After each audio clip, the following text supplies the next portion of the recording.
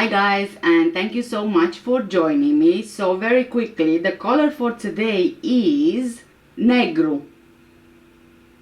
Negro. Negro. Well done guys, you just said black. So we are carrying on with the color series. Before we get started, I just want to thank everyone so much for all your support in regards to my last video. It really means a lot, I really appreciate it. And also I want to give my thanks to whoever bought 5 coffees for me on buymeacoffee.com. There is no name there, so I'm not sure who it was, but I just wanted to thank you so much. It's really appreciated. So before we get started with today's video, just very quickly, as you can see me, I'm still with my nightgown on or pyjama or whatever. I don't know, it's just hot. And I also have a sunburn on my shoulders, right? And on my chest here. And so I can't really wear much of anything because it's really burning me. But anyway, today we are talking true crime, and I'm also going to be doing my makeup at the same time, so hopefully this is going to work. And also the case I'm going to be talking about today is very much still ongoing, and of course my usual disclaimer, I don't mean any disrespect to anyone I talk about in the video.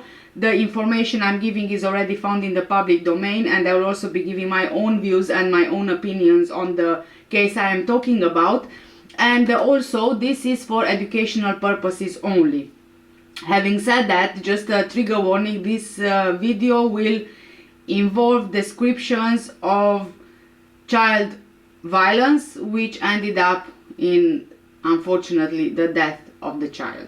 Thank you so much. This is an ongoing case, so it's very much, like I said, updating as we speak, since the trial is meant to last for a few weeks. So there is a lot of information which really is not being released.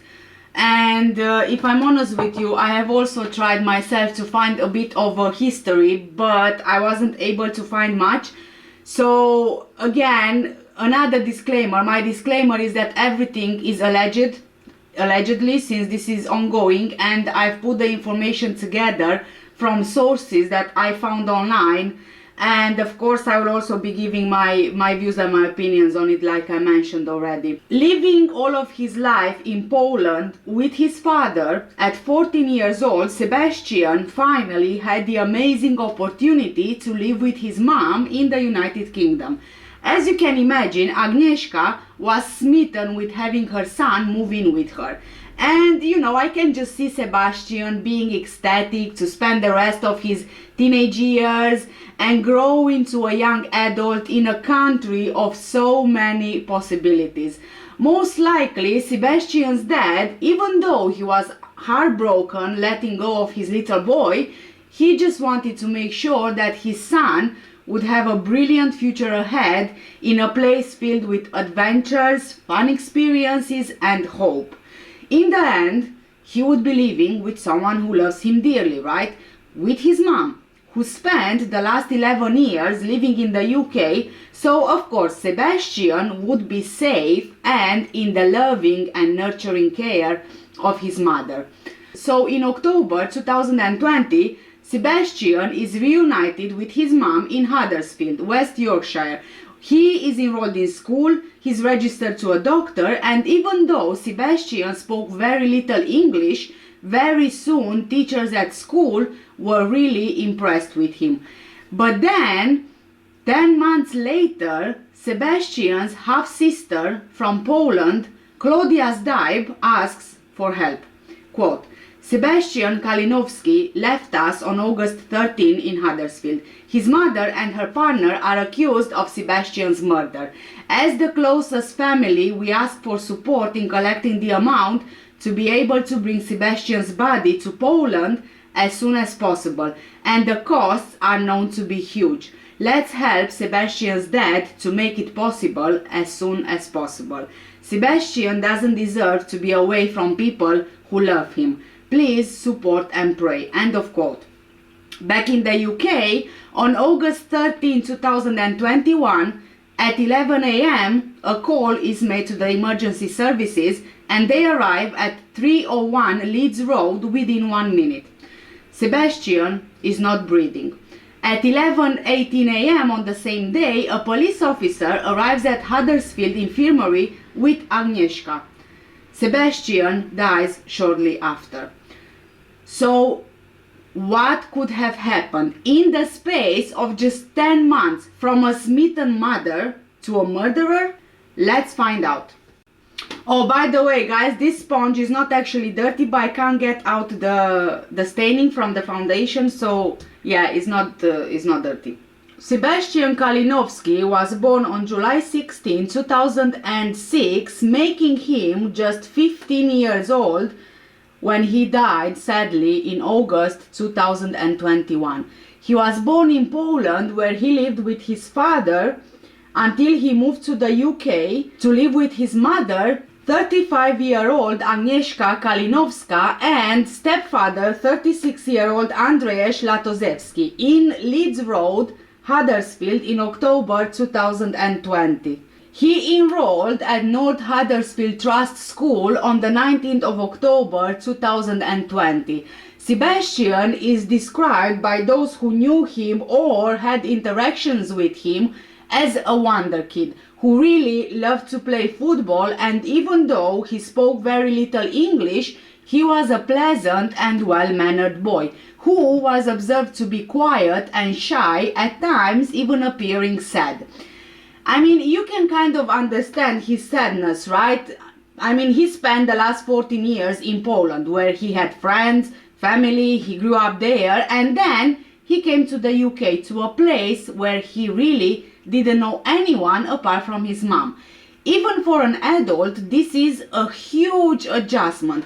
You leave everything behind for the unknown, and I think that anyone would feel sad, right? Staff at North Huddersfield Trust School paid tribute to Sebastian and described him as shy and quiet, always pleasant, and a lovely boy. A pastoral manager, Joanne George, who knew Sebastian as Seba, said that he was a lot smaller than a lot of his fellow pupils. However, his attitude to learning was always spot on. She would often see Sebastian walking alone while on lunchtime duty, and he always smiled. He was shy and quiet, but he had a fun personality.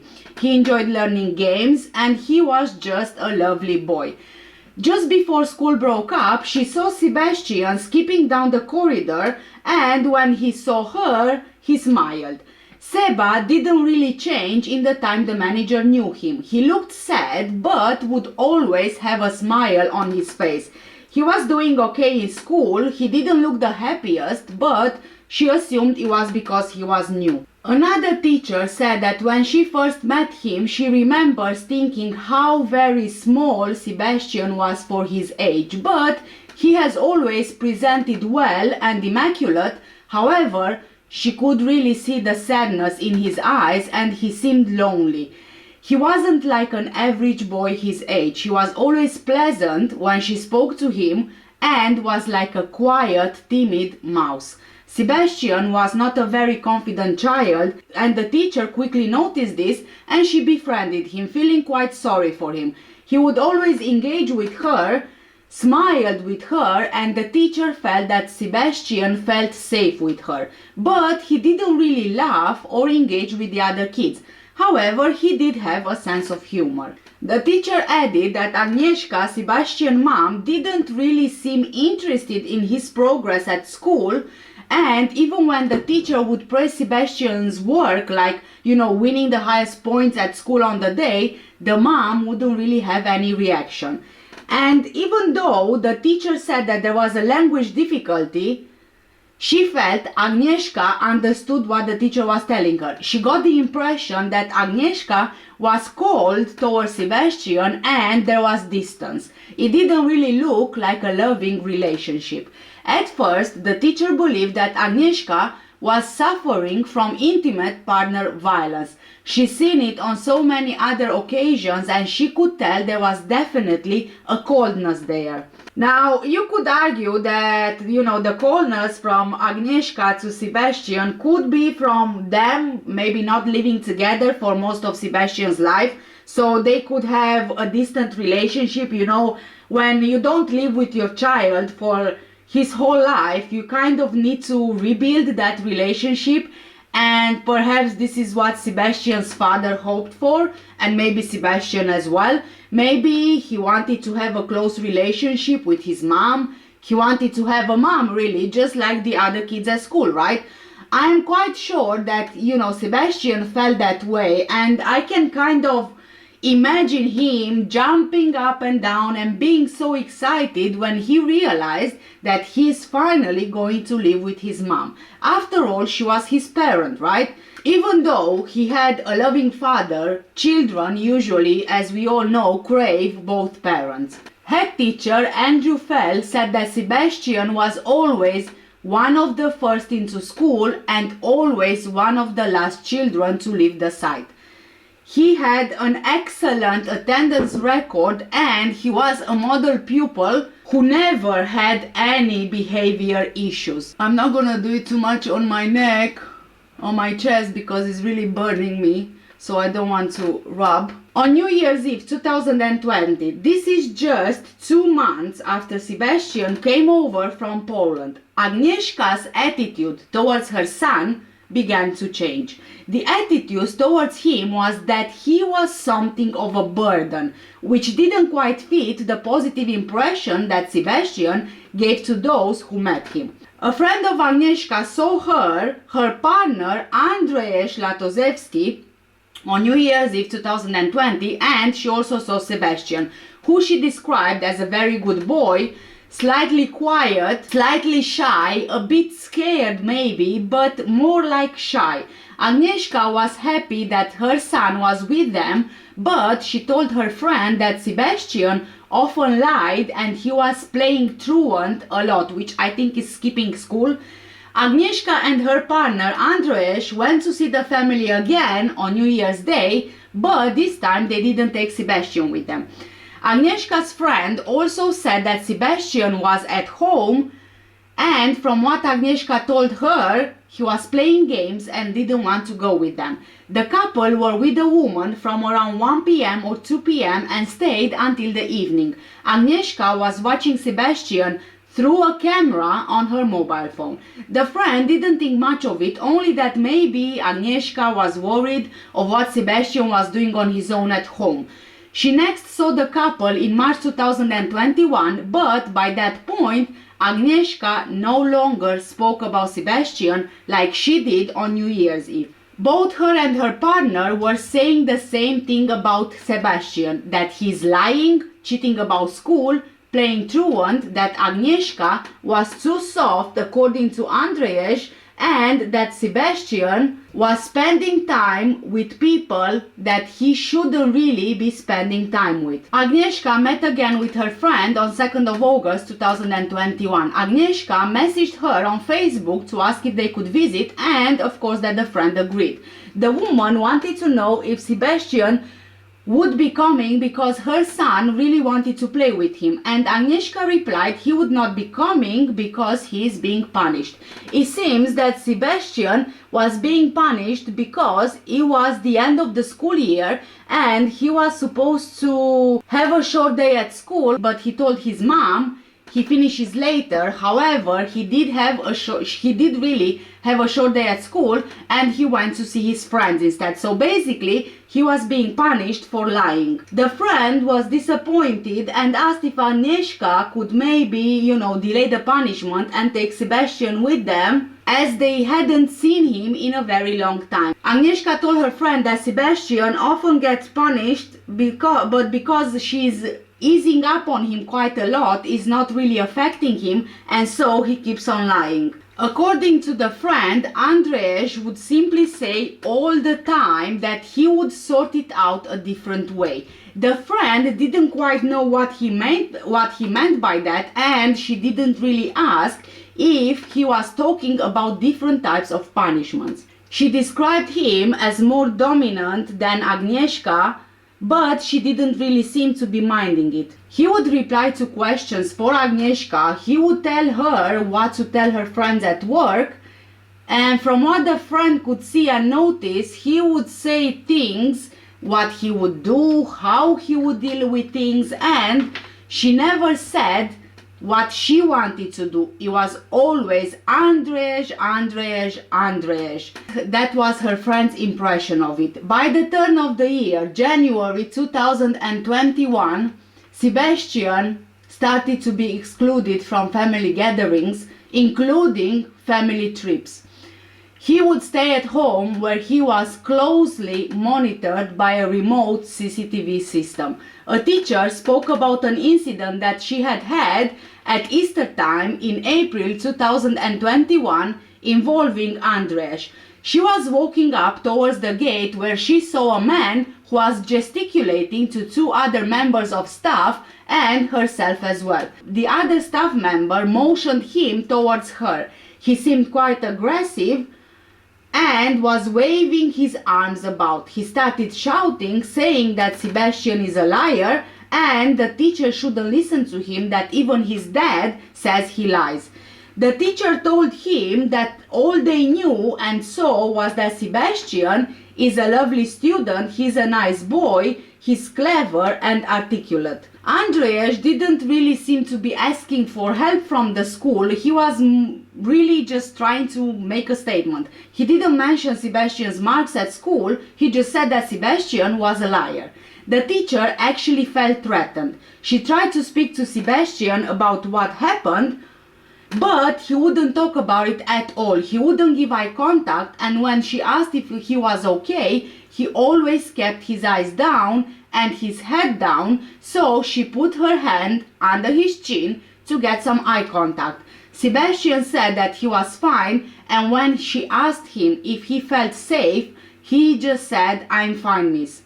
The teacher was really concerned, but there was nothing concrete. If he would have bruises or anything like that, she could have reported it. Or if Sebastian would say something, she could have.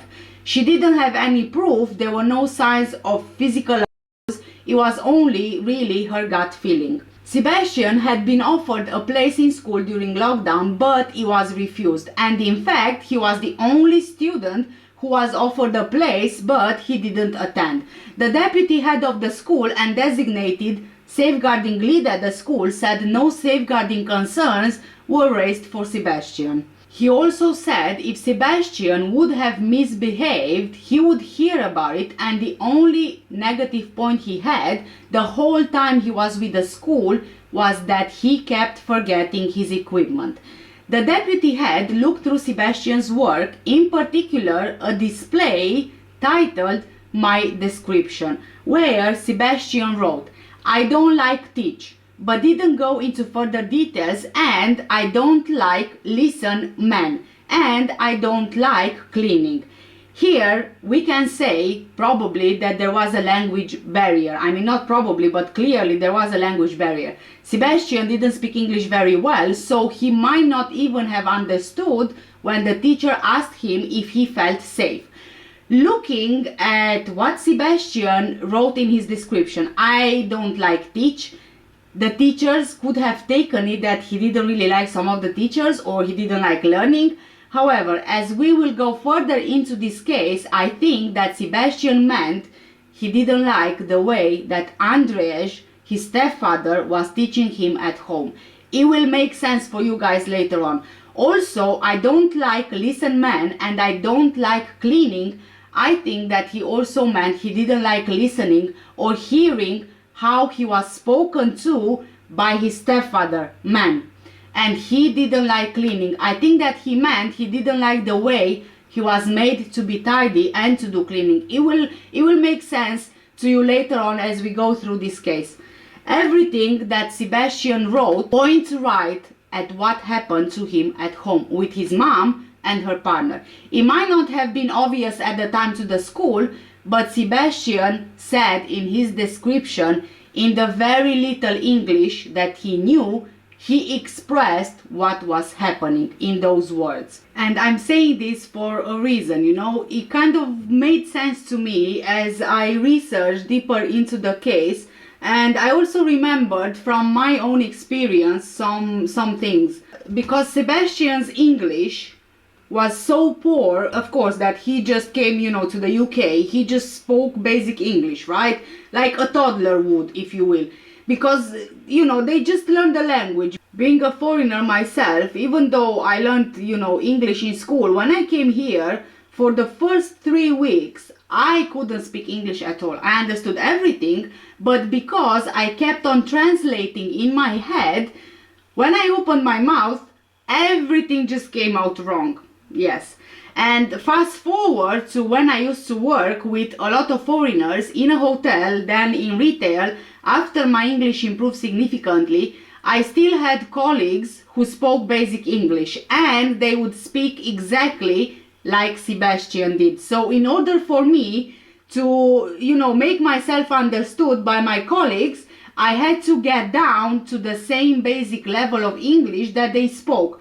When I didn't, they didn't understand me. So over time, I was able to kind of figure out what they were trying to say, even if it was basic, even if they spoke basic English. And, you know, over the years, I learned how to communicate with others despite the language barrier, and I could understand exactly what they meant, even if it was just basic English that they spoke.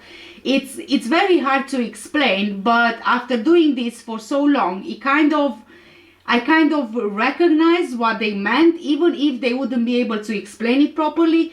Just like you would say something to your toddler, for example, they don't quite understand what you mean, so, you know, you kind of try to word it differently so that they can understand. If you get what I mean, does it make sense?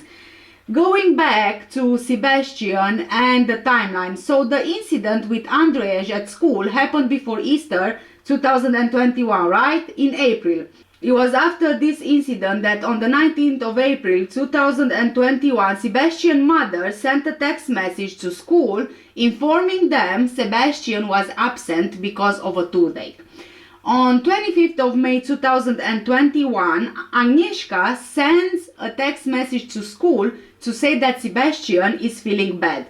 He was absent the following day when another message was received from his mother to say that he was still not well to return to school. He was again absent on 27th of May 2021, but on that occasion the school was not informed. He returned on 28th of May 2021. In late June 2021, it seems that Agnieszka and Andrzej are trying to find some kind of addressing for Sebastian's nose in case school will start asking questions. This was probably required to hide some kind of injury on his nose. On 28th of June 2021, Sebastian's mother sent another text to school to say that Sebastian had gone to visit his father for the weekend and he didn't return yet because he was sick and he also had a fever. Which, if I'm honest, I find very weird, because remember that it was in June that it seemed Agnieszka was trying to find a dressing for Sebastian's nose, being concerned about being pestered by the school. I really don't find this to be a coincidence, especially considering that on the 28th of June she is telling school that Sebastian went to his father over the weekend.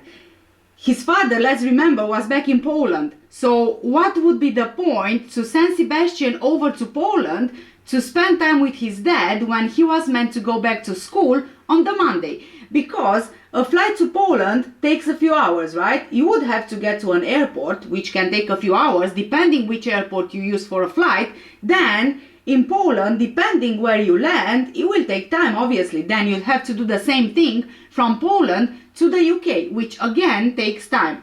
That would, in my opinion, be quite impossible for Sebastian to go over the weekend, be back by Monday and spend time with his father as well. He would have had, what, a few hours to spend with his father? It just doesn't make sense. I wouldn't go to Romania, for example, knowing that I get there, stay a few hours, and then I have to get ready for the flight back. It doesn't make any sense. On 30th of June 2021, the school noted they had been informed that Sebastian was isolating due to COVID. So, hold on a second here. So, Sebastian on the 28th of June goes to Poland, right? 2 days later, which would have been the weekend, on 30th of June, he has COVID and he's isolating. So did Sebastian go to Poland, or was he isolating because of COVID? You know, I'm saying again here, it just kind of doesn't make any sense. And here is what I actually think happened, in my opinion. Some kind of injury happened to Sebastian in late June, right? Something which they were trying to find a dressing for. Something which the school would have been suspicious about. Which means it must have been quite a serious and visible injury, because they planned what they are going to do, knowing the injury and knowing how long it's going to take to heal.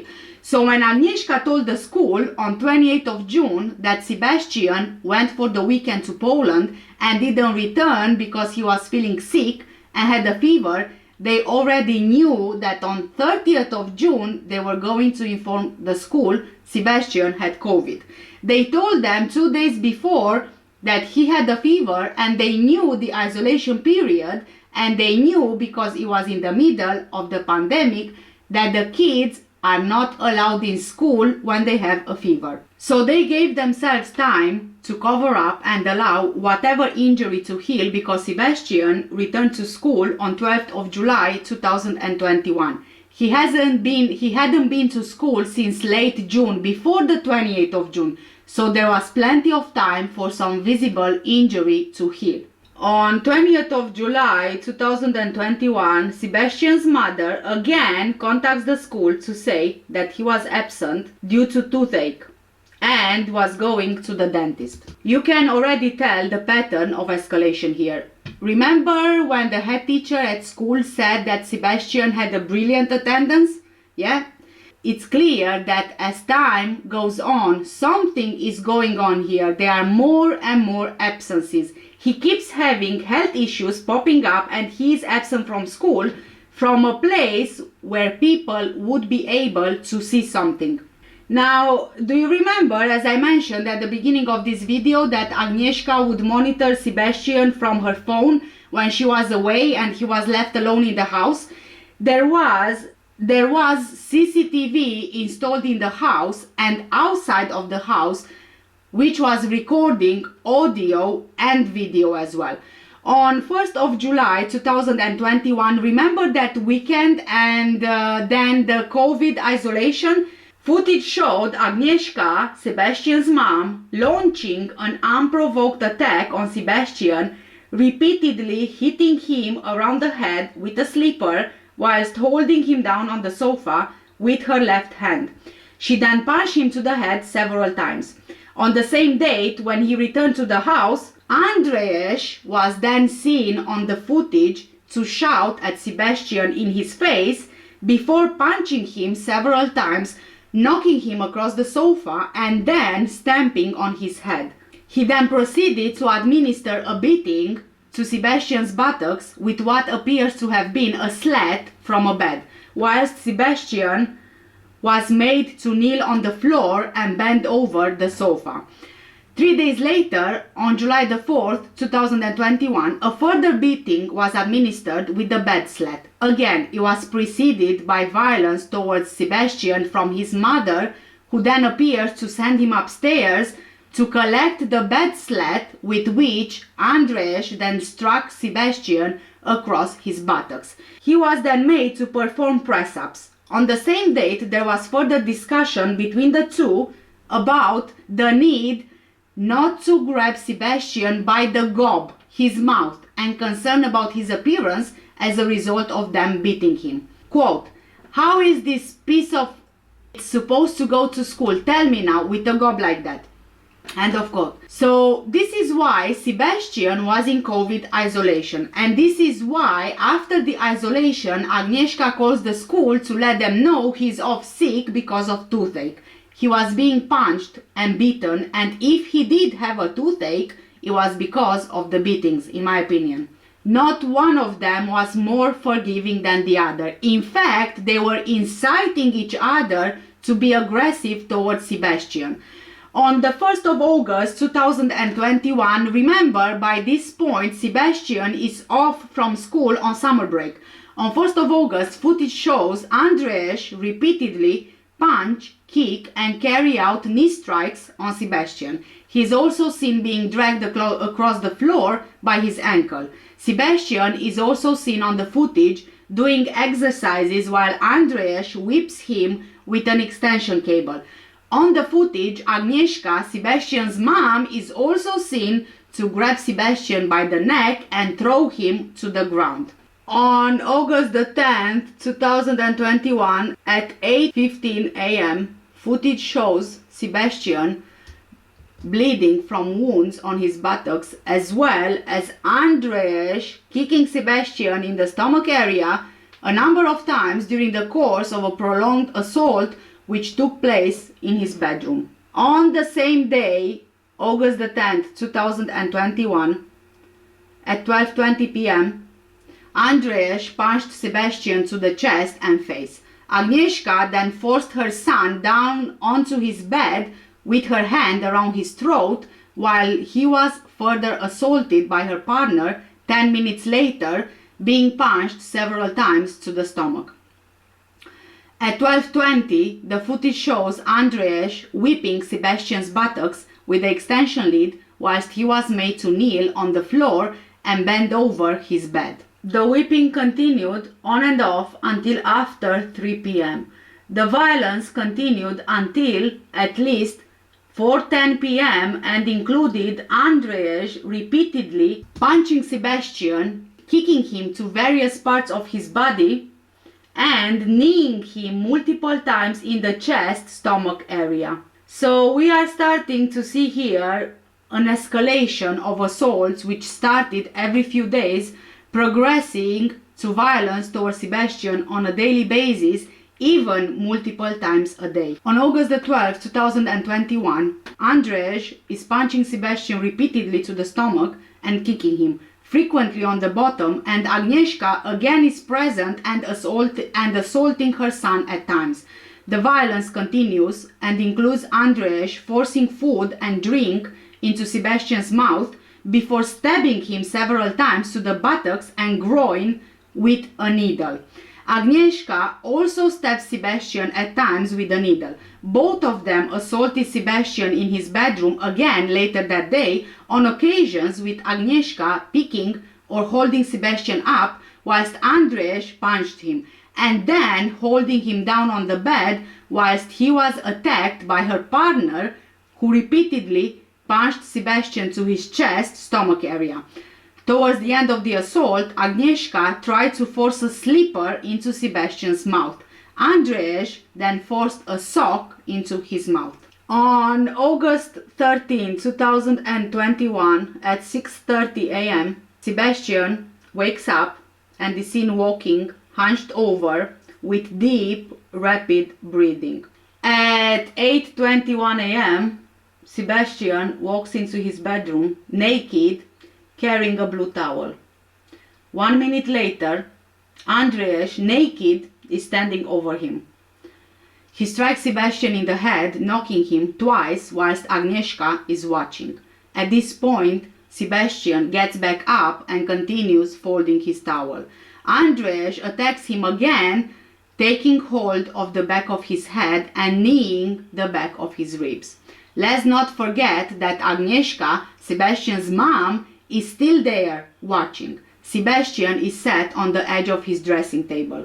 At 8:26 a.m., Sebastian is still breathing deeply and rapidly. Andreas runs into the room, naked and wet, grabs Sebastian and punches him 3 times to the arm, then pulls him up by his shorts and throws him on the bed, adjusting his position so that Sebastian is facing the door.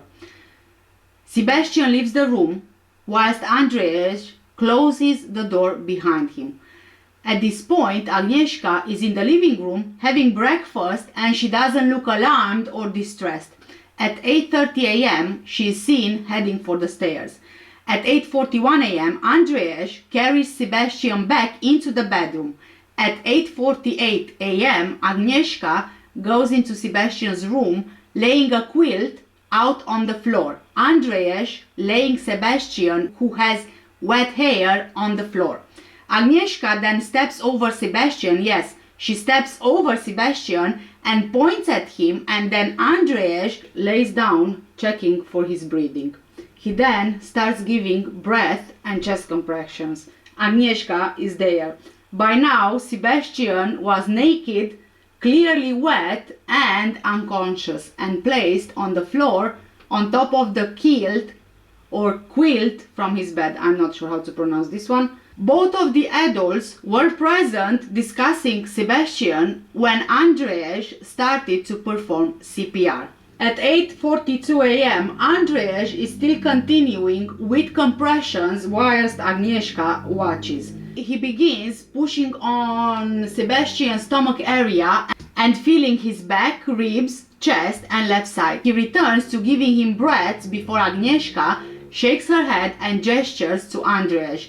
Then they both leave, Andrzej stepping over Sebastian. At 8:43 a.m., Andrzej goes back to Sebastian's room, still naked and wet, putting his ears to Sebastian's mouth, holding his nose before returning for a time, giving chest compressions.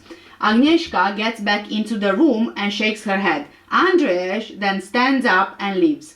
He returns and dries himself before putting his ears to Sebastian's chest and talking with Agnieszka, who was standing there just looking at Sebastian. Andrzej continues with the chest compressions while Agnieszka just observes, occasionally checking Sebastian's pulse and rubbing his chest and stomach area.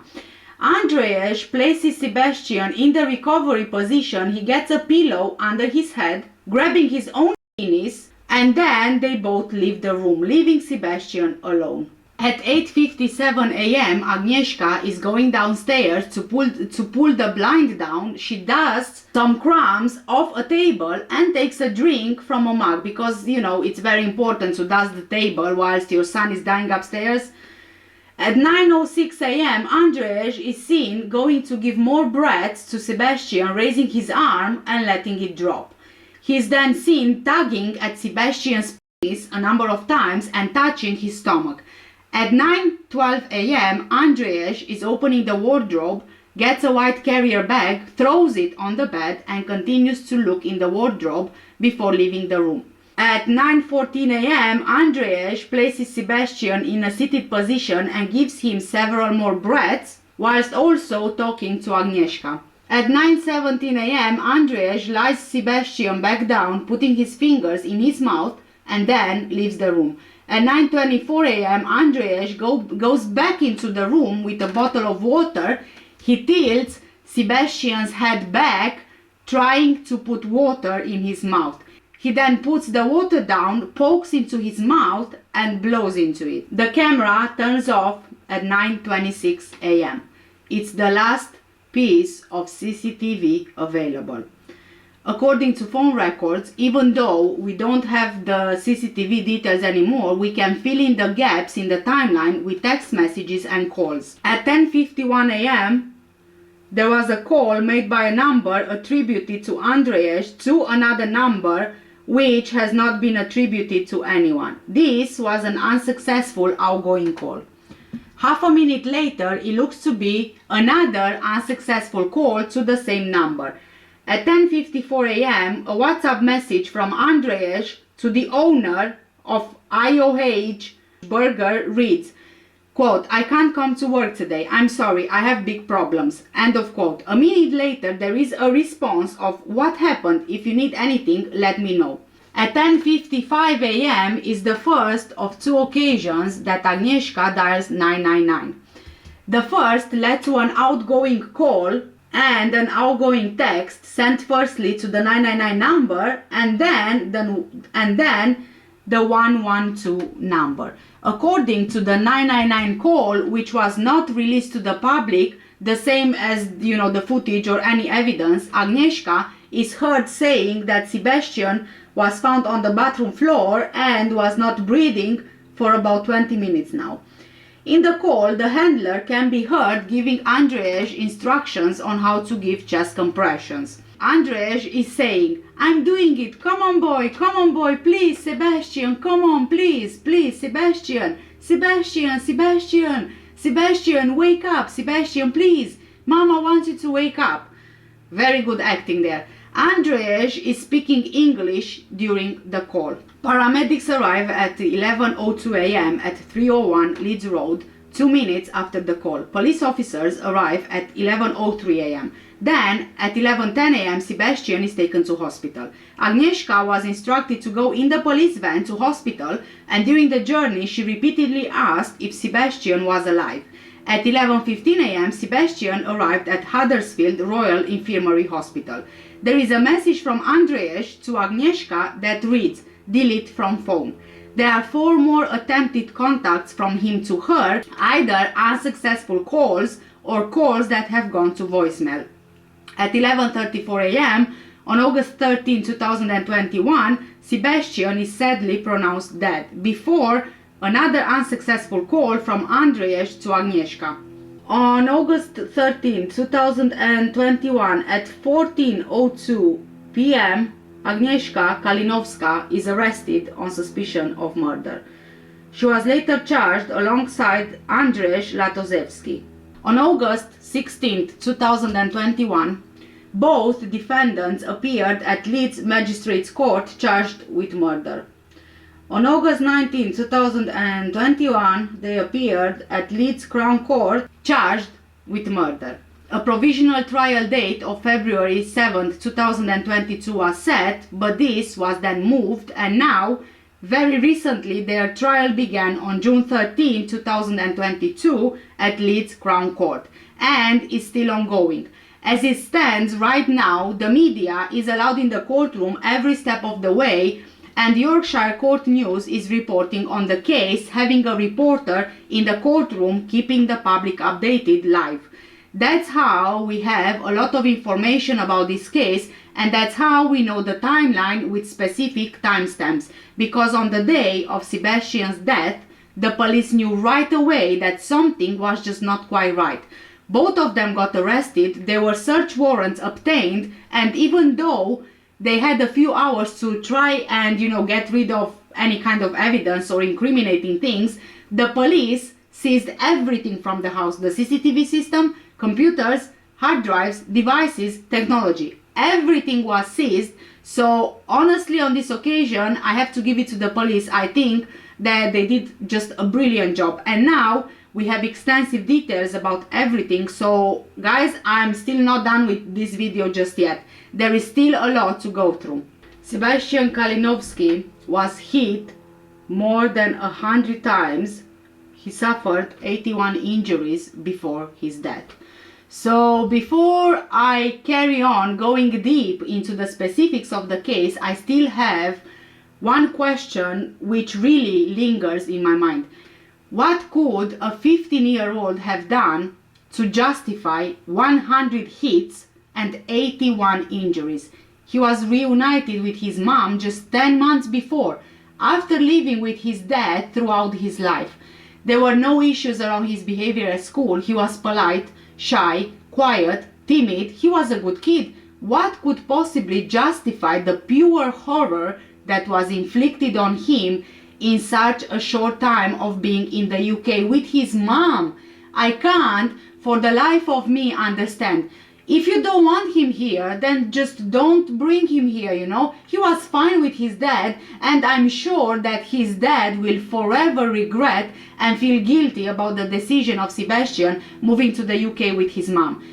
You will hear throughout this video how Agneska and Andrzej will turn against each other, blame the other for what happened to Sebastian. You will hear how they are justifying their actions and how they've built the narrative long before Sebastian sadly passed away. You will hear how Andrzej blames Sebastian's dad for not wanting him anymore, and that's why Sebastian came here. There will always be someone else's fault, but never theirs. It's a very interesting angle that Agneska and her defense is taking here. And are you guessing it? Let's see. Are you guessing it? Yeah. They are playing Agneska as a victim of intimate partner violence. Of course that they will. So they can bring the narrative that she was just too scared of him, and that's why she was involved, and that's why she was involved as well. She was too scared of him, and that's why she allowed it to happen. Yes. You know, the very first article that I read on this case made me ask a question to myself, honestly, out loud. Why didn't Sebastian fight back? He was 15. Why didn't he just fight back? But as I got deeper into the case, I found the answer, sadly. Andrzej is huge. He was on illegal steroids, and we'll touch that a bit later on. Sebastian sadly didn't stand a chance against this pumped monster and his own mom, who cheered him on and even participated in the assaults. Sebastian's mother, Agneska, and her long-term partner Andrzej are accused of murder, manslaughter, neglect, and causing or allowing the death of a child. Andrzej pleaded guilty to manslaughter, and both of them admit cruelty to a child under the age of 16. The jury in the trial is made up of 3 women and 8 men. A pathologist gave Sebastian's cause of death as infection complications causing sepsis and failure of organs that has resulted after blunt force trauma.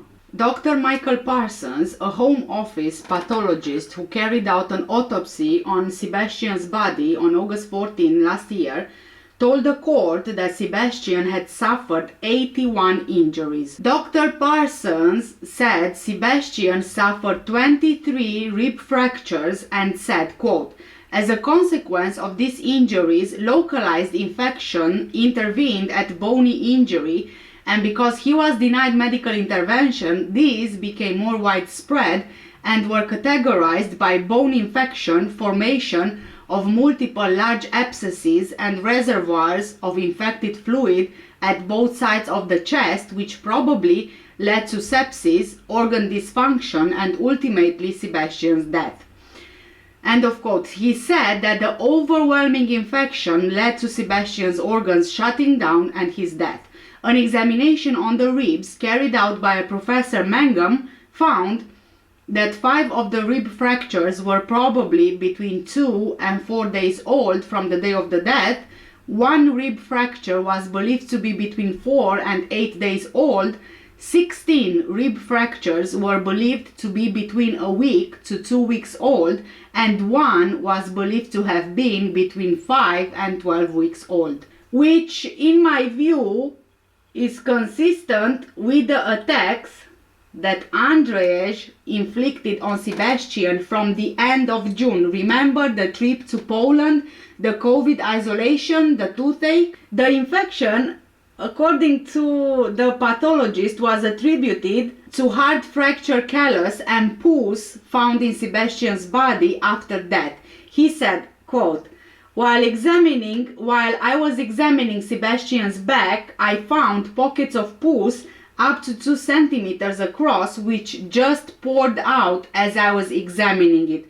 An abscess is a collection of pus, bacterial invasion of an organ or tissue. Around the outside of it, sometimes you get a wall forming and intense inflammation.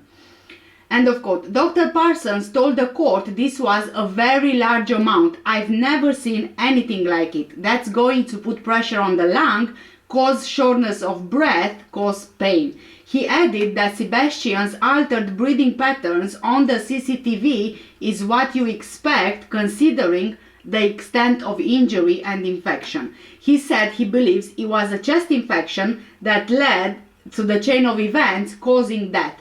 Dr. Parsons said the fractured ribs mean you would not breathe as well as usual and you cannot cough. So material gathers and rib fractures are a very powerful risk factor for developing a chest infection.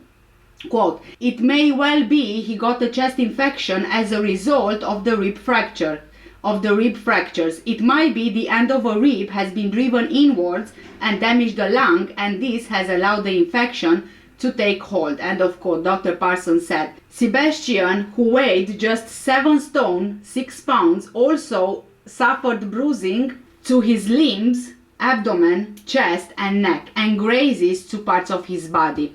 The pathologist said some injuries on the front of the chest area could be put down to chest compression and resuscitation attempts, and the square of grazing could also be attributed to cables of an ECG. He added that during examinations he takes small tissues from some sites to examine to look for changes to those which can give an idea of age.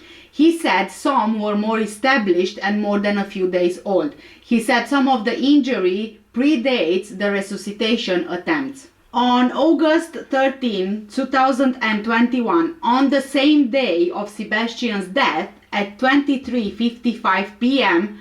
until 12:14 a.m. the next day, Agneska is being interviewed at Halifax police station. Her solicitor said she denied any involvement in the death of her son and would be exercising her right to, you guessed it, silence. Her right to silence. A second interview took place on August 14. She denied she was responsible for Sebastian's murder and had no knowledge or involvement in how he died. She said that things at home were sometimes good, sometimes bad. She was asked about her relationship with Andrzej and if he was a violent man. According to her, he would lose his temper sometimes and he would normally shout when that happens. She also told police that although Andrzej wasn't violent with her, he hit Sebastian a few times around 3 months before. Yeah. Right, around 3 months before, but we now know that this is a lie. Sebastian was brutally beaten and attacked by both Andrzej and Agneska. Andrzej was on steroids for bodybuilding and he could be moody. According to Agneska, Sebastian came to live with her in 2020 because his father wanted to give up on him and send him to a behavioral institution, so she got a solicitor and Sebastian then went on to live with her. She said he was a bit naughty and did not listen and could be spiteful. Now, this is one thing which I do not believe at all. Sebastian's father was with him all of his life.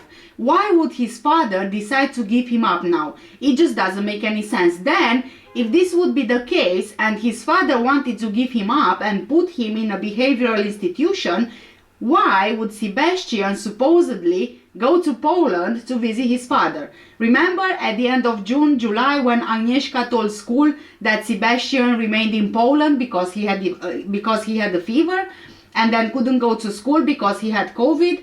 If his father doesn't want him, then surely he wouldn't want to see him, right? According to Agnieszka, Sebastian didn't have a lot of school friends. He didn't go out with friends except when he finished early. He wouldn't listen to her and she would take hold of his arm or his neck if he didn't want to talk. Agnieszka also said she didn't witness any violence at home recently and didn't know if Sebastian would tell her if Andrzej was violent when she wasn't at home. Which, again, we know that she knew, she witnessed, and she even participated in this. She also said that she did not notice bruising to Sebastian's body and grazes to his mouth, but believed he was going crazy with his mates, pushing and shoving, and she noticed he was walking a bit bent, and the next day he was walking better. You see, again, remember June, when it seemed like they were trying to find some kind of dressing for Sebastian's nose, and then a while after, conversations from the CCTV footage where she asked Andrzej how is he going to school with his mouth looking the way he did.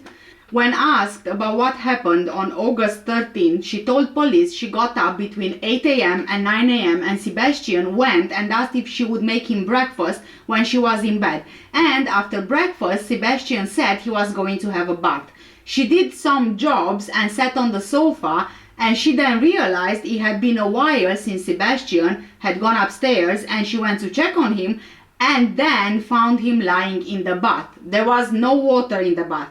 Sebastian just lay there looking very pale. She had seen some bruising and noticed it more when she was next to him at the hospital. It made her It made her feel really bad because it shocked her what she saw on his side. So again, going back to the footage, Sebastian woke up around 6 a.m. At one point he was naked and wet, so maybe he must have had a shower after waking up, and around 8 a.m. the attacks had already started on him, both by Agneska and Andrzej. They were the ones who put Sebastian in the bathtub, and Andrzej poured water down his throat to make it look like he drowned. She said that Andrzej picked Sebastian up and put him on the floor in his room and started doing CPR, shouting at Agneska to call the ambulance, and she was just running around looking for the phone. Yeah. In her police interview, Agneska said that she had to give her phone to Andrzej and remembered moving the shower head, but it had not been running. And Andrzej was performing mouth to mouth and was standing watching, shouting, "Sebastian, Sebastian!"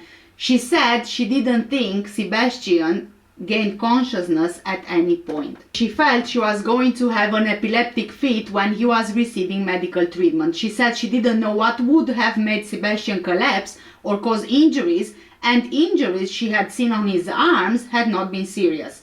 I mean, really, Agnieszka? So she was running around the house like a headless chicken looking for her phone for 2 hours before calling 999? Where was her partner's phone? Where was Andrea's phone? Couldn't she have used the other phone? Because before the ambulance is called, remember that Andrzej sent a WhatsApp message to the burger place where he worked to let them know he's not going to work because he has big problems, such as, perhaps staging the scene and finalizing the cover-up plan. Those were the big problems. Agnieszka said that Andrzej didn't spend a lot of time with Sebastian by themselves, but had been at home a lot more in the week before. She said she had no idea how Sebastian got fractured ribs and had definitely not caused him serious injuries, as she was ill and couldn't be getting stressed out.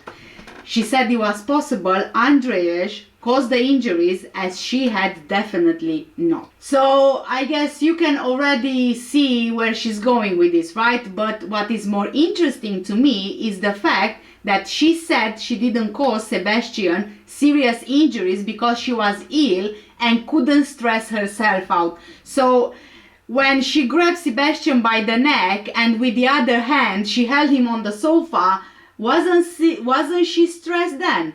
She was too ill. But still somehow she managed to do it. How about when she tried to shove her slipper in Sebastian's mouth? How about when Andrzej kneed him and she watched it? How about when Andrzej punched him in the chest and she watched it?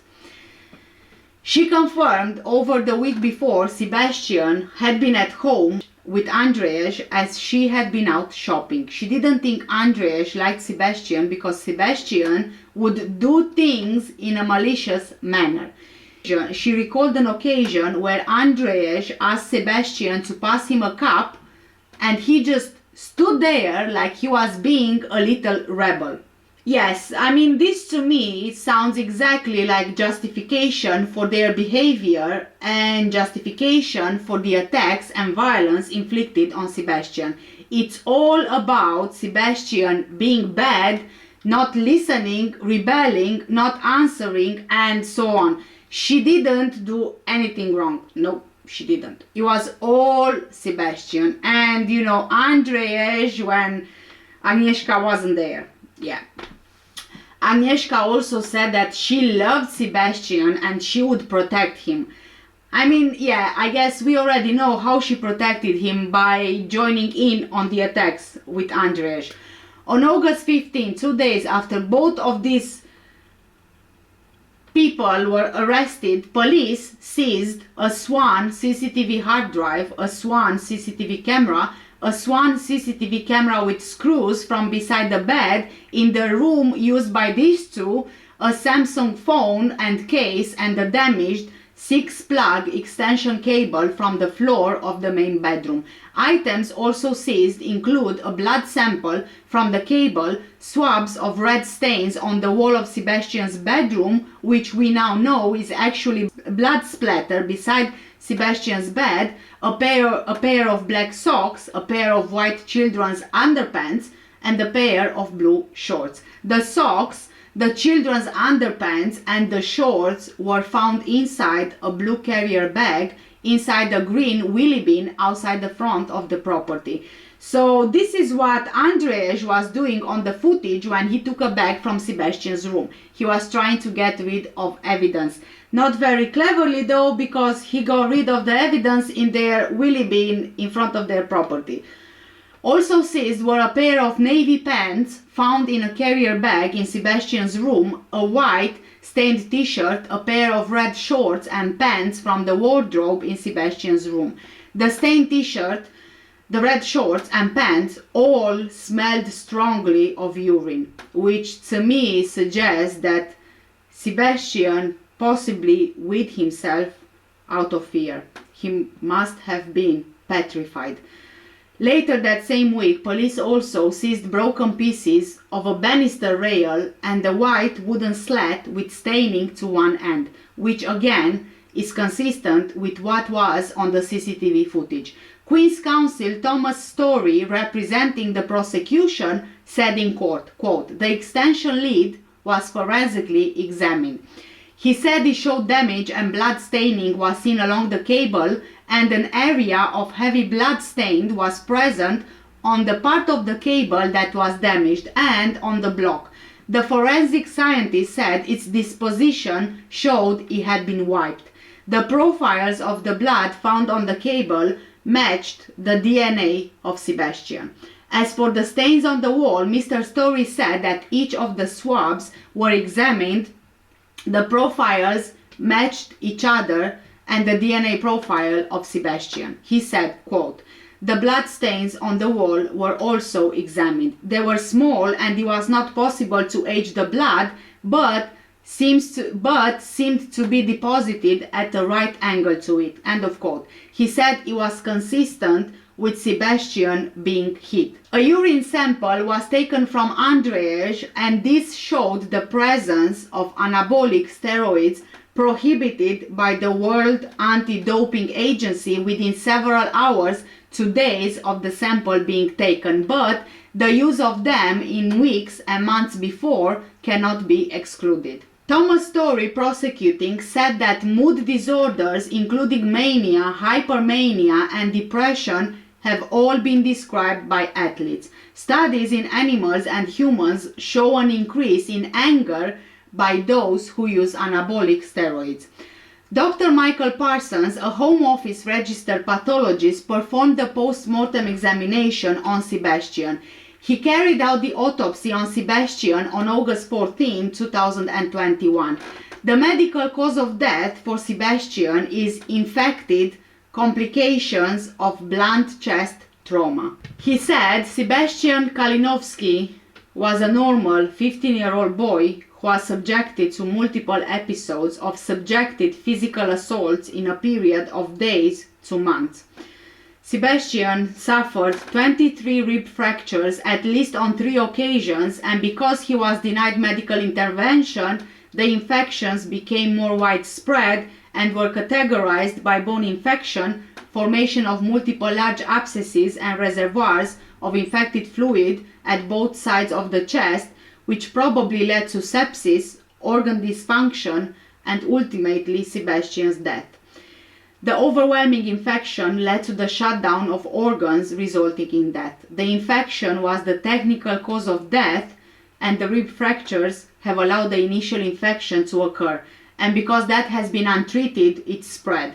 The injuries were consistent with multiple serious assaults. The head and the neck had the most significant injuries. Sebastian had an abrasion on the forehead above the right eyebrow, a rubbing or breaking of the skin, a similar injury behind the right ear, injuries around the mouth, on the inner part of the right cheek, on the inner corner of the cheek, abrasions to the interior of Sebastian's mouth. Dr. Parsons said, quote, "It's the overall distribution that perhaps makes them more significant. We are not looking at impact or blows, but relatively superficial injury, suggesting that pressure has been applied there or something has been rubbing against the lip and outside, which suggests something has been placed in the surface of his mouth or outside, like gagging and pushing something inside the mouth could cause injuries such as this. That's one possible scenario that might have caused these injuries. Could be hands placed over the mouth, or it's possible that Sebastian could have been pushed against the surface, and that sort of mechanism would also produce similar injuries. There's one other circumstance I considered. Doctors had attempted to resuscitate him, and consistent with that, I saw a tube coming out of his mouth. These tubes are often secured by tape around the lower half of the head, and that to some degree can localize to these injuries. My opinion, I can't entirely exclude that, but I think it's highly unlikely. In my line of work, we see lots of people where resuscitation has failed and we don't really see those injuries." End of quote. Dr. Parsons said that these other injuries were abrasions with some possible scab components, suggesting they were in the stage of healing. He said, "To look at the distribution, we have it over both sides of the neck. It's not that common to gather numerous injuries to the neck without some sort of explanation. I have seen excerpts of CCTV showing him being roughly gripped on the lower part of the neck, being lifted off the floor at one point." Injuries were also found on the chest with a large area of bruising. The pathologist said he was not able to say how many impacts led to that, but multiple trauma sites. Some of the injuries were more established and more than a few days old, some of them predating the resuscitation attempts. Some other injuries were located near the hip bone, consistent with the whipping. There were additional areas of bruising on the back that couldn't be seen on the skin surface, to the back of the chest, middle of the back and lower back. Sebastian also sustained limb injuries, hip and thigh injuries, lower limb injuries, which Dr. Parsons say present defensive type injuries. He said, "I'm just looking at distribution of blunt force injuries. What they suggest to me is someone raising their hands to protect areas like their head, and you end up with injuries on your hands, arms, back of hands, and if you curl up into a ball, the areas that get injured are the thighs and shins." There was also bruising to the toes and feet and the back of the left leg. Injuries to the lower leg suggest defensive type injuries. He said, "I've seen footage where I've seen him try and protect himself. I think it is fair to say some of those injuries were consistent with defensive type injuries." Sebastian also had injuries to the arm. Dr. Parsons said, "These are areas of bruising. They are roughly roundish and are towards the back of the side of the upper arm and towards the front of the forearm. I consider the possibility of forceful gripping or restraint being applied. I've seen how he was grabbed by the forearm, and that sort of mechanism can account for these bruises. We also have areas of abrasion on the back of the elbow and hand. Possibilities could include Sebastian going to the ground. However, I've also noticed he's trying to cover his chest or abdomen at some point when he was impacted, so some of these may be defensive in nature." Oh, poor Sebastian, he was defending himself. He was trying to defend himself and he couldn't. All bruises, Dr. Parsons said, they had characteristics consistent with gripping, and in relation to July 24th, when Sebastian is gripped by the arms and Andrzej carries out knee strikes, so the knee comes into contact with the chest and abdomen area, 8 to the left, 8 to the right, but there is nothing to cover the area. He said the bruising to the abdomen could account for this, which could lead to the rib fractures, as could the number of heavy punches he had seen. There are 12 pairs of ribs in a person, and 20 or 21 of Sebastian's ribs had been affected by fractures that could be seen with the naked eye. Dr. Parsons said there was another procedure undertaken by a professor to try and determine the age of the fractures. He said, quote, "When a rib breaks and starts to heal, eventually you get a blood clot and that hardens and forms a hard fracture callus, and you can see and feel them. Over time, that will become softer and supple. I was able to see a number of hard fracture callus. Most of the fractures here were hard fracture callus, indicative of older fractures. There were some with fresh bleeding, making me think it's a newer fracture." End of quote. The total number of rib fractures recorded by Professor Mangum was 23 hard fracture callus. Dr. Parsons said there was a range of ages of the rib fractures. Professor Mangum said of the 23 fractures there were 4 groups. 5 of the rib fractures were probably between 2 and 4 days old from the day of the death. The next bracket was between 4 and 8 days old, and there was 1 rib fracture in the group. A total of 16 rib fractures were what Professor Mangum believed to be between 7 and 14 days old. 1 rib fracture was found to have occurred between 5 and 12 weeks before he died. A blood clot extended deep into the right side of the liver, went in approximately 1 centimeter deep to the liver, which showed impact to the abdomen and lower ribcage area. It extended around a quarter of the area of the liver. Dr. Parsons said, "I would describe this as a severe blunt force injury." He confirmed this was potentially caused by the same mechanism mentioned earlier, such as heavy knee strikes to that area, heavy punches, possibly heavy kicks. On the surface of the heart, there was a small area of slightly abnormal looking healing injury. This was a reflection of blunt force trauma, and in order to damage the outer part of the heart, severe force would be required. Sebastian also had lung damage because of the rib damage. When the ribs were fractured because of the series of assaults, the sharp ends would damage the lungs. Dr. Parsons said he found a very large amount of infection and he's never seen anything like that. That's going to put pressure on the lung, cause shortness of breath, cause pain. The lining of the lung was covered by a granular material, an inflammatory response to this pus material that was surrounding it. You would not be able to expand your lungs as you usually would. Sebastian would have found it difficult to breathe in and out because of the rib fractures. Sebastian's altered breathing patterns on the CCTV is what you expect considering the extent of injury and infection. Sebastian absolutely did not drown, as there were no pathological changes that could be attributed to drowning. Dr. Parsons mentioned the CCTV showing Andrzej pouring water into Sebastian's mouth. Dr. Rahman, a consultant pediatrician, also gave evidence in court. According to him, the injuries themselves would have caused Sebastian extensive and severe pain. The ribs being broken and the blood coming out of those broken ribs is collecting, and then the infection setting in, and when the infection is setting in, this would have been manifested externally with high temperature, difficulties with breathing, and the child looking ill, and it continues like that until a certain time where we reach a point called septicemia, when the body is not able to keep the immune response going, and the child's immune system is now losing the battle with infection, and their condition changes and would have various symptoms with chills. Conscious level may change, and the child gradually slips into unconscious state. The child is deteriorating and reaches an end point, and without medical intervention, the child then succumbs to that infection.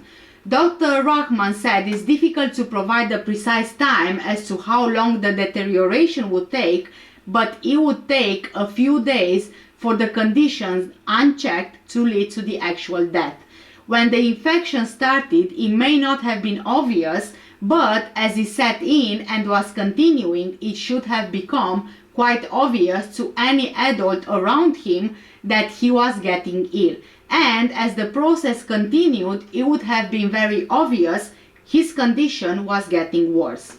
Asked about if Sebastian could have survived, Dr. Rahman said, "It depends at what point medical attention was available. If we look at the time when infection set in and he was starting to show signs of that, starts off with a temperature, most parents might have tried to remedy itself with simple treatment like paracetamol.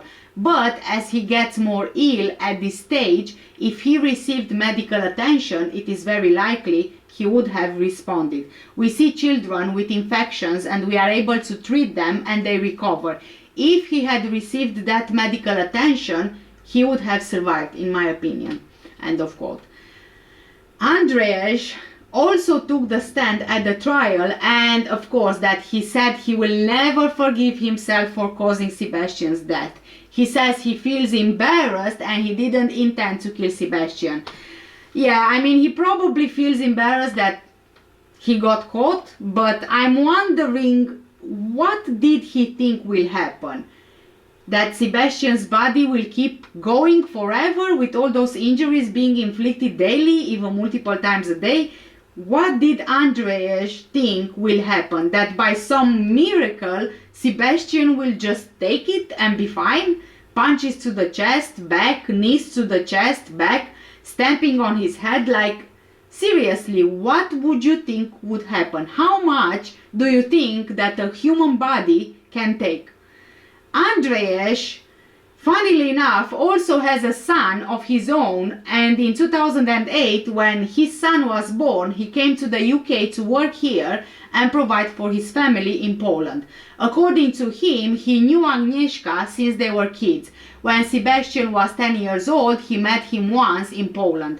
It seems that it was Agnieszka's parents who suggested Sebastian should come here and live with them because apparently his father didn't want him anymore. Which again, I'm gonna say, I don't buy that at all. But of course, when asked about the CCTV footage and the hits he repeatedly gave Sebastian, Andrzej said he didn't use all his force on him, he used as little force as possible. And obviously he said that's why he poured water down Sebastian's throat, because he believed whilst performing CPR, Sebastian would regain consciousness and choke on the water. That's how he was taught to save people, which makes absolutely no sense whatsoever. And apparently they called the ambulance approximately 2 hours later because he asked Agnieszka to grab the phone and call for the ambulance, but she was just shaking too much and she kept on dropping the phone. I mean, what? For 2 hours? Are you serious? Are we supposed to believe that? Because anyway, so now comes the part where Andrzej is being questioned by Agnieszka's counsel, and guess what? Marie Spenwine, I'm not sure if I'm saying that right, Agnieszka's defense tries to blame Andrzej for being aggressive, controlling her, controlling everything she did, and so on. That's their strategies. That's their strategy, like I said previously. Plant the seed in the jury's mind that she was a victim, and because she was so terrified of him, she did everything he asked of her. Apparently, he made her dependent on him because she didn't have permanent jobs, because he gave her black eyes and she couldn't go to work because of that. He was very jealous, didn't allow her to have any friends. He monitored her phone and so on. So okay, you might say that this is somewhat plausible, right, in any other given circumstance. However, reading his full questioning, I got the impression that Agnieszka told her solicitors he was aggressive towards her because there are some events that she claims were violence directed to her, but what Andrzej is saying makes more sense, such as she said that he gave her a black eye. But he says that she had problems with her eye because of a tumor having had a car accident the year prior and had to see a doctor for it, which obviously this is very easily verifiable, right? She also didn't have permanent work because she became ill, she had epilepsy, and her drinking didn't really help. He said that he was the one who actually paid for the solicitor for her to get parental responsibility for Sebastian. He paid for the flight, the hotel, and even his school uniform because she wasn't working. He changed his workplace from a forklift driver to working in the burger shop so he can be close to her, because when she would have epileptic fits, she would be home alone and he wanted to be close to her in case she needed help. And of course that Agneska's solicitor said that Andrzej installed the CCTV camera to monitor her and control her movements. Agneska's solicitor is also trying to show that Agneska was forced by Andrzej to be violent towards Sebastian, and she also did it out of fear. Obviously that his questioning is, very long, but to me it seems obvious that she flipped against him and now she's trying to save her own ass. She's blaming everything on him, making herself look like a victim of intimate partner violence. I don't know if it's a strategy Agnieszka's solicitors are using or that's what she told them, but in my eyes, they are both as bad as each other. And they both participated willingly in the repeated attacks on a defenseless boy. In CCTV footage dated 30th of July 2021, Sebastian is grabbed by the shirt and pulled around the family's living room. Andrzej then holds his arms while kneeing the boy in the chest and stomach repeatedly. At one point in the video, he stops hitting Sebastian to wipe sweat from his face and arms with a towel before resuming his attacks.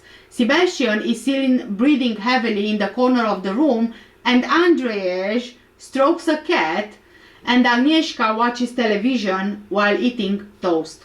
That's how scared Agnieszka was of Andrzej, and that's how concerned she was about Sebastian, by watching TV and eating toast, whilst Sebastian was dying upstairs. Cameras installed at the home by the couple were put up to monitor and exert control over Sebastian remotely. The cameras captured Sebastian's final moments during the school holidays, with the prosecution adding he spent much of the day in his room, staring at a wall, only being allowed to leave to do chores, eat, or do exercise. Video on the following 2 days showed Sebastian being hit by both his mother and Andrzej as he attempted to perform push-ups or sit-ups. A web search was made on Andrzej's phone late at night about how to realign a broken thumb.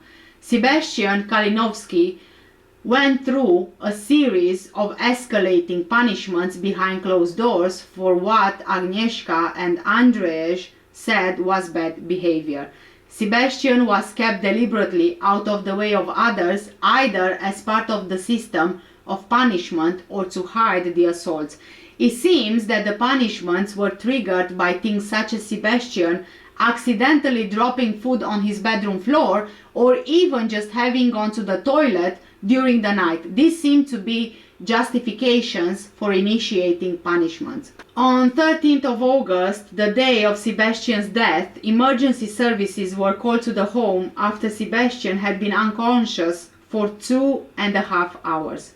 Whilst at the hospital, trainee nurse Sophie Sykes said Andrzej appeared upset, but she also observed him laughing and smirking while recounting stories about Sebastian to hospital staff.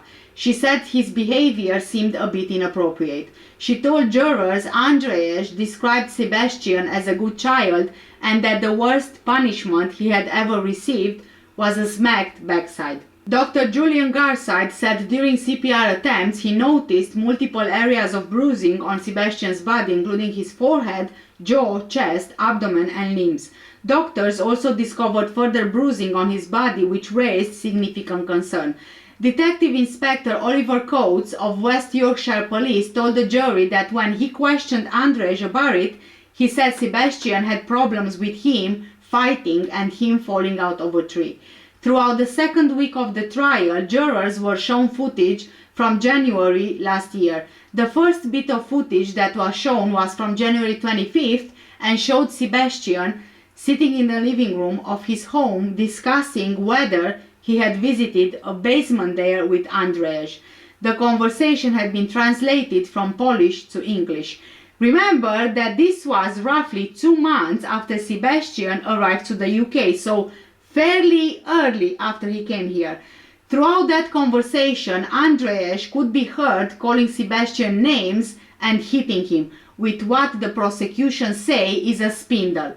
Throughout the footage, Sebastian could be heard crying out in pain and pleading for it to stop. He can also be heard addressing Andrzej as Mr. Andrzej. Sebastian said, "I will tell Mr. Andrzej everything," before he was struck and made noises of pain. Andrzej then said, "I am waiting, taking this hand. What were you doing?" The teenager can then be heard saying, "No, I will tell Mr. Andrzej what he was," to which Andrzej replied, "What is this? Effing smashed elbow, is it? I will effing hit you more."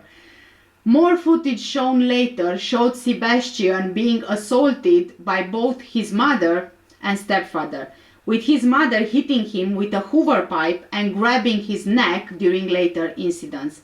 As well as the assaults, the CCTV system caught Sebastian performing exercises at times at the same time he was being assaulted. Jurors were shown footage of Sebastian performing squats, sit-ups and press-ups. Footage from August 1st showed him being whipped with an extension cable by his stepfather as he performed exercises. Andrzej hit Sebastian in the back, punched him to the chest and dragged him to another part of the room where his mother held him by the neck. Later, Andrzej slapped Sebastian in the face and punched him in the chest, causing him to bend over before he attempts to squat again. Andrzej was then seen to slap Sebastian across the back while he continued to attempt to squat when he was hit on the back and kicked in the bottom. He then whipped Sebastian with the extension cable while his mother was present and he continued to squat. The landlord of 301 Leeds Road told in a statement read to the court how he discovered a CCTV system had been put up in the property. He said, quote, "Sometime after he moved into the house, I attended to cut back some bushes and I noticed a camera under a windowsill and a camera in the garden situated between plants." End of quote. The landlord said no one has asked him permission to install it, and when asked about this, they said they felt unsafe and tenants next door were rough. He said he became aware of a camera in the living room and he knew from Andrzej he could view the footage on his phone. He said, quote, "I know there was at least one internal camera," end of quote. The landlord planned to sell the property but didn't tell them at the time. However, he arranged for estate agents to carry out valuations at the property. He said, quote, "They were not very happy at all. They had their own personal things in the house, especially when an estate agent had been a week before. I was quite surprised. I had never had any problems with them," end of quote. The landlord said he had seen Sebastian and described him as a lovely boy from what he could tell. He said, "He appeared quite smart. I never saw any aggressive physical aggression from him or towards him. He was calm or appeared to have to think when you spoke to him. He was a lovely boy, not naughty. He clearly respected his parents. He was quite normal, so didn't expect anything to happen." As well as being shown footage and told of the landlord's statements, as the timeline was presented to jurors, they were told of messages between Agneska and Andrzej. One exchange included Agneska telling Andrzej that Sebastian was not managing. He then told her, "Tell him I'm going to beat the ass out of him," to which she replied, "Okay, I said." And then he said, "He's supposed to lift his body up evenly." Later that day, Agneska messaged her partner and said, "I do not torture anymore. Because he is not managing, I turn a blind eye. He is supposed to be doing 2000, then asking to swap something else, little piece of ass. Said I told." End of quote. Bear in mind, guys, that these messages and their conversation are translated from Polish to English, so they won't be sounding the same, like you can tell. Agneska further said, "He effing pissed me off with his question, so I told him to start again. Stupid question, because he has a punishment messing with us asking questions like that." A web search was carried out on July 31st at around 11:30 p.m. On that day, Sebastian was being assaulted. It was the same day where Agneska sent the message at school that Sebastian was feeling bad and in the weekend going to see his dad. The terms searched were dislocated thumb, symptoms and dressing. How to realign and make it stick. This search was carried out on Andrzej's phone.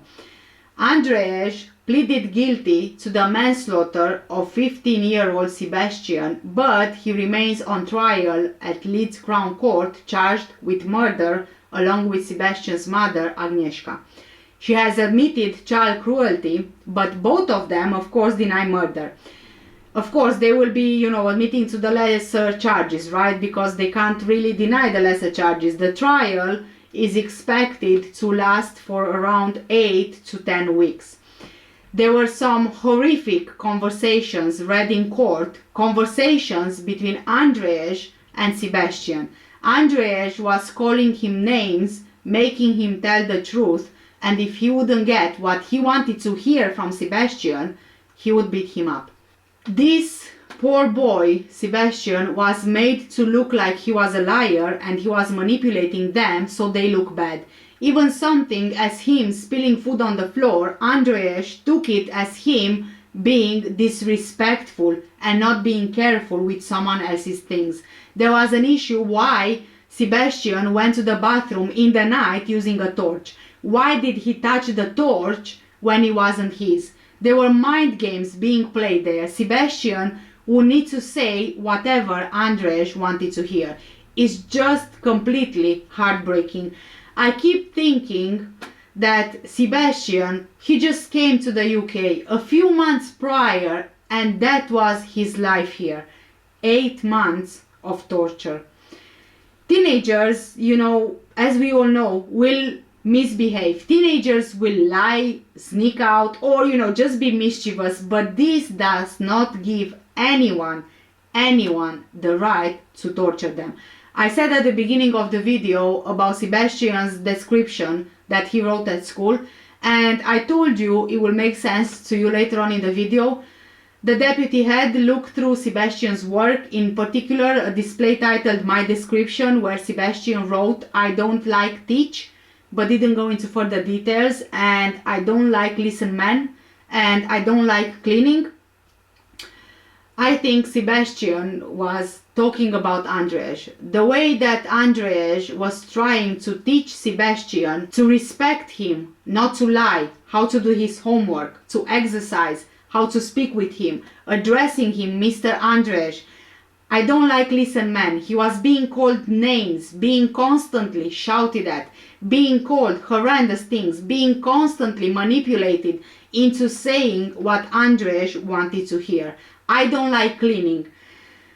This is, in my opinion, the most heartbreaking one, I think. Remember on 13th of August, the day of Sebastian's death, he was folding his towel, his blue towel, when Andrzej attacked him. He was struck, he fell on his bed, and then he got back up again and carried on folding his towel.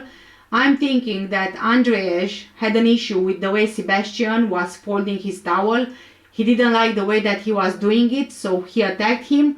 On other occasions, he spilled food on the floor and he would be struck for doing it. There was water in the bathroom on the floor after Sebastian had used it, and after Sebastian had used the toilet, and Andrzej had a big issue with it. I think that Sebastian, in his description, talked about the assault, but he didn't know how to express himself in English, so he wrote what he knew to write. And do you also remember when I mentioned earlier in the video that the head teacher had nothing negative to say about Sebastian, apart from Sebastian, who kept forgetting to get his equipment to school? I think that the head teacher was referring to Sebastian's PE kit, the sports equipment that consists of a short sleeve top and shorts. I believe that Agnieszka and Andrzej didn't allow him to take his equipment to school on purpose so they can hide his injuries with clothing. Andrzej knew, as well as Agnieszka, they both knew where to hit him so it doesn't cause visible injuries like the face, for example. He got hit in the stomach, chest, abdomen, back, arms. If he wore a long sleeve shirt at school as part of his uniform, then all these injuries were not visible. They were hidden under his uniform. But a pair of shorts and short sleeve top would definitely show something there. And when he had injuries to his face, Agnieszka informed the school that Sebastian was not well and he was not going to school. He was missing for 2 weeks from school. Remember when he was isolating for COVID? At the same time, according to the CCTV footage, he was being attacked at home. This clearly shows that Agnieszka and Andrzej knew what they were doing was wrong, yet they kept on doing it, justifying it and hiding it. On the 13th of August 2021, before Sebastian's death, the CCTV was stopped from recording around 10 a.m. or perhaps a bit earlier, when Sebastian was unconscious. The ambulance was called more than 2 hours later. Andrzej said that Agnieszka was shaking too badly and looking for the phone and kept dropping the phone. That's why there was a delay. Well, like I said, that's not really believable, right? I think that they stopped the CCTV the moment they realized Sebastian was dead. I think they knew that he was dead. They stopped the CCTV so they can put together a plan, agreed on what to say, started the cover-up, including putting Sebastian in the bathtub to make it look like he drowned in the bath. They probably started trying to get rid of evidence, and then they had no choice but to call the ambulance. And they did, thinking that the officials will buy their story. I don't think they had any idea that they will be arrested on the day. I don't think they realized even if they deleted things off their devices, the police would be able to recover everything.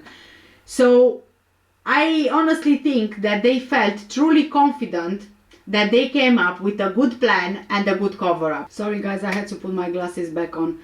So let's carry on. But of course, evidently, they didn't. They've been caught. And now, to save her own bum, Agnieszka is turning against her partner of 11 years. She is trying to highlight the fact that she herself was a victim of intimate partner violence. She was forced to attack Sebastian all those times, and she also did it because she was scared of him. I don't buy that at all. I don't buy her story. I don't buy his story either. What were they both expecting? What were they trying to achieve? I don't understand. Why? Why bring Sebastian here if you don't treat him like a human? What's the point of it? Guys, I am really struggling to understand the motive. Or was it just them attacking him over and over again and thinking that he will take it, nothing will happen? For how long nothing can happen? There's just that much that a human body can take. Were they enjoying it that much that they didn't even think they can kill him? Or was this their plan from the beginning as soon as he came here to the UK? Was he just supposed to be a punch bag really? Did Sebastian come all the way over from Poland to be tortured by his own mother and stepfather? Before recording this video, I actually looked for the latest updates in the case, because like I mentioned to you previously, the case is still going through trial, so we still have a couple of weeks left of it, and I wanted to give you all the latest updates. So today, just before recording, I checked, and Agnieszka took the stand in her defense. Of course she did. For the last few days she's been on the stand. And there are a couple of things which I'm going to point out from what she said very quickly, just to give you the latest updates on this. It seems that one day before Sebastian's death, Agnieszka, according to the CCTV, held her son down whilst Andrzej assaulted him, and she held Sebastian down, according to her, without consent. So yeah, like I said, typically she's trying to make herself look like the victim here. So she held Sebastian down whilst whilst Andreas punched him without consent, trying to point out that she was being forced by Andreas to do it, which again is just, it's honestly, her defense is completely stupid. In my honest opinion, it's completely stupid and it's not believable at all. Then she also mentioned on the stand that she was told by Andreas to hold Sebastian down whilst Andreas punched him in the chest. So she was told by Andreas to hold Sebastian down. So if you are being told something, do you really need to do it when you know that whatever you are being asked and told to do, it brings the other person pain? Again, it's a very weak defense from my point of view, from my perspective, and I'm quite sure that the jury will see it. Well, I hope that the jury will see it, and I hope that they are not going to sympathize with her because she's portraying herself as a victim of, DV. I really hope that the jury can see it. So even if it was painful for Sebastian, Agneska was afraid, Agneska was scared. She wasn't thinking what would happen to Sebastian. She just went in the moment. She was too afraid and too scared to stop it without thinking of the consequences. Yeah, I completely buy that. The prosecutor told Agneska that she knew full well, but Agneska on the stand is saying that it's different now, looking back at the CCTV of the assaults inflicted on Sebastian, and it was different then in the moment. Of course, it would be different because in the moment you are enjoying what you're doing, right? Now looking back on the CCTV, of course, it looks differently because you have a different perspective of it. You are not participating in the assaults anymore. You are watching how you inflicted all those injuries on Sebastian and how you also allowed Andreas to inflict all those injuries on Sebastian. Of course that in the moment you're not going to feel the same way, and of course that when you look back at the footage and you see from a different perspective, you will be feeling a different way, isn't it? So Agneska also said that she was under Andreas' control. He coerced her into punishing her son, and she tried to protect Sebastian by asking Andreas not to beat him or even hiding things from Andreas about what Sebastian did so that Andreas wouldn't beat Sebastian again for those things. So this is the justification here and the defense. And just like what Andreas said that he can't, forgive himself, this is exactly what Agneska is saying. She says that she can't even look in the mirror, that she hates herself for everything she put Sebastian through. Yes, I'm sure that she can't live with herself, she can't look in the mirror, she hates herself. But then whilst they were both arrested and whilst in jail waiting for the trial, she sent a letter to Andreas in prison, and she said that of course she's going to marry him because she still loves him. So that's how much she's scared of Andreas, that even though she knows he's in prison and he's going to be in prison, she accepts his marriage proposal. And in that letter she never once mentions Sebastian, but she mentions her cat. Yes, that's right. So clearly from this perspective you can clearly tell that there is absolutely no remorse there from either one of them. And of course that she also said she was being a puppet and she was doing what she was told by Andreas. So basically she was being Andreas' puppet, and she believed that hitting Sebastian was normal. She believed that her hitting Sebastian was a form of education as a parent and it was quite normal, and she believed that her punching Sebastian in the head was again normal. And I am not sure what kind of... I'm just gonna say this, I am a foreigner as well. Yes, you can argue that in Europe and Eastern Europe, for example, you have a different way of educating your children, and maybe at times other people might see it as you being rougher than it would be here in the UK, for example, right?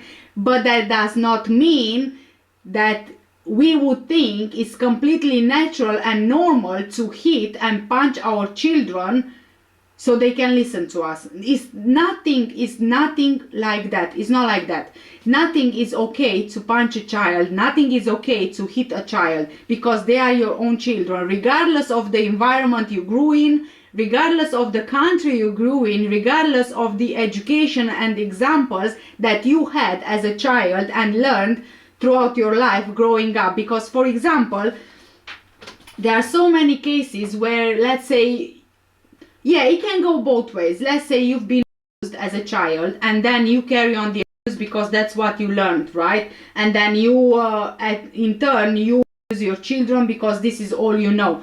However, there are other situations where you have been abused as a child and you take this as an example for you not to carry on to your own children, because you know it's not okay. So for her to say that it was normal to hit a child, it kind of makes me understand that he's trying to hint at the fact of her growing up and how she was educated herself, and so she thinks that that's completely normal, perhaps even saying that it's completely normal in Poland as part of the culture to hit your children and to punch your children, which is not true. I don't think it's true. I don't know how Poland is, right? I don't know how Poland is because I am not from there. I haven't lived there. But my common sense is telling me that it's not exactly like that. And my common sense is telling me that it's your choice entirely as a parent on how you decide to educate your children. But this is just my point of view. Claudia Zdaib, Sebastian's half-sister, organized a fundraiser to help with the costs of bringing Sebastian's body back to Poland to have a proper burial and to be with the family that loved him. I mentioned this at the beginning of the video. Now, from what I found, the fundraiser is now closed. They managed to get the funds that they were asking support for. On 28th of August 2021, she wrote, now bear in mind that I used Google Translate for this because it was written in Polish, so it might not sound exactly how it should. And he wrote, thank you very much for your help. We are very grateful to everyone. The transport of Sebastian's body from England to Poland will take place as soon as possible. In a latest update on the 11th of October 2021, she wrote, thank you for so many, Sparta. The funeral was organized and we managed to say goodbye to Sebastian with the family. Now, I'm not sure what Sparta means, but I suppose it's something to do with the money being raised. Is possible a token that the website uses, the fundraiser website. I couldn't really find many details around this. So if you guys know anything, please do let me know in the comments down below. But even though Sebastian's death is just heartbreaking, and even more heartbreaking what he went through in the last year of his life, it really warms my heart to know that so many people came together to donate the funds necessary to transport Sebastian's body back to Poland so he can be with the family he loved so dearly and they loved him back. Thank you so much, guys, for watching today's video. I will update you in terms of the charges being brought and the verdict being reached. It will be either a community post or another update video. It depends on how much information there will be released out there. Again, thanks for watching. Take care, stay safe, and I will see you in the next one. Bye!